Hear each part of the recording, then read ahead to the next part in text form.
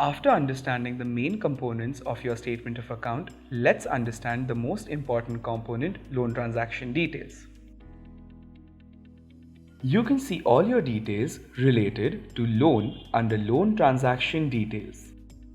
Loan transaction details include details such as transaction date. The details of your transactions are covered under transaction details. Whether the installment was bounced or clear is visible under status.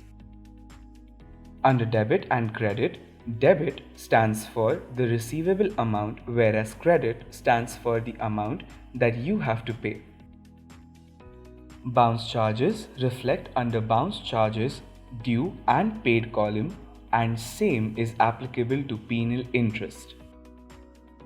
These charges are levied by Bajaj Finance in case you missed on an installment.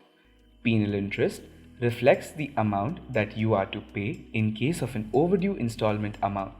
Delay days are calculated based on the delay you make to perform a payment. In the previous scenario, we saw a statement that was from a customer who paid their installment on time. Let us take a look at a scenario to make the understanding of loan transaction details better. In this scenario, during the second installment in the month of July, the installment due was Rs 1900. However, it was bounced, due to which bounce charges of Rs 450 was levied on 2nd of July. This installment was delayed by 7 days, which is visible in the delay column. Delay days are calculated by installment clearance date minus installment due date.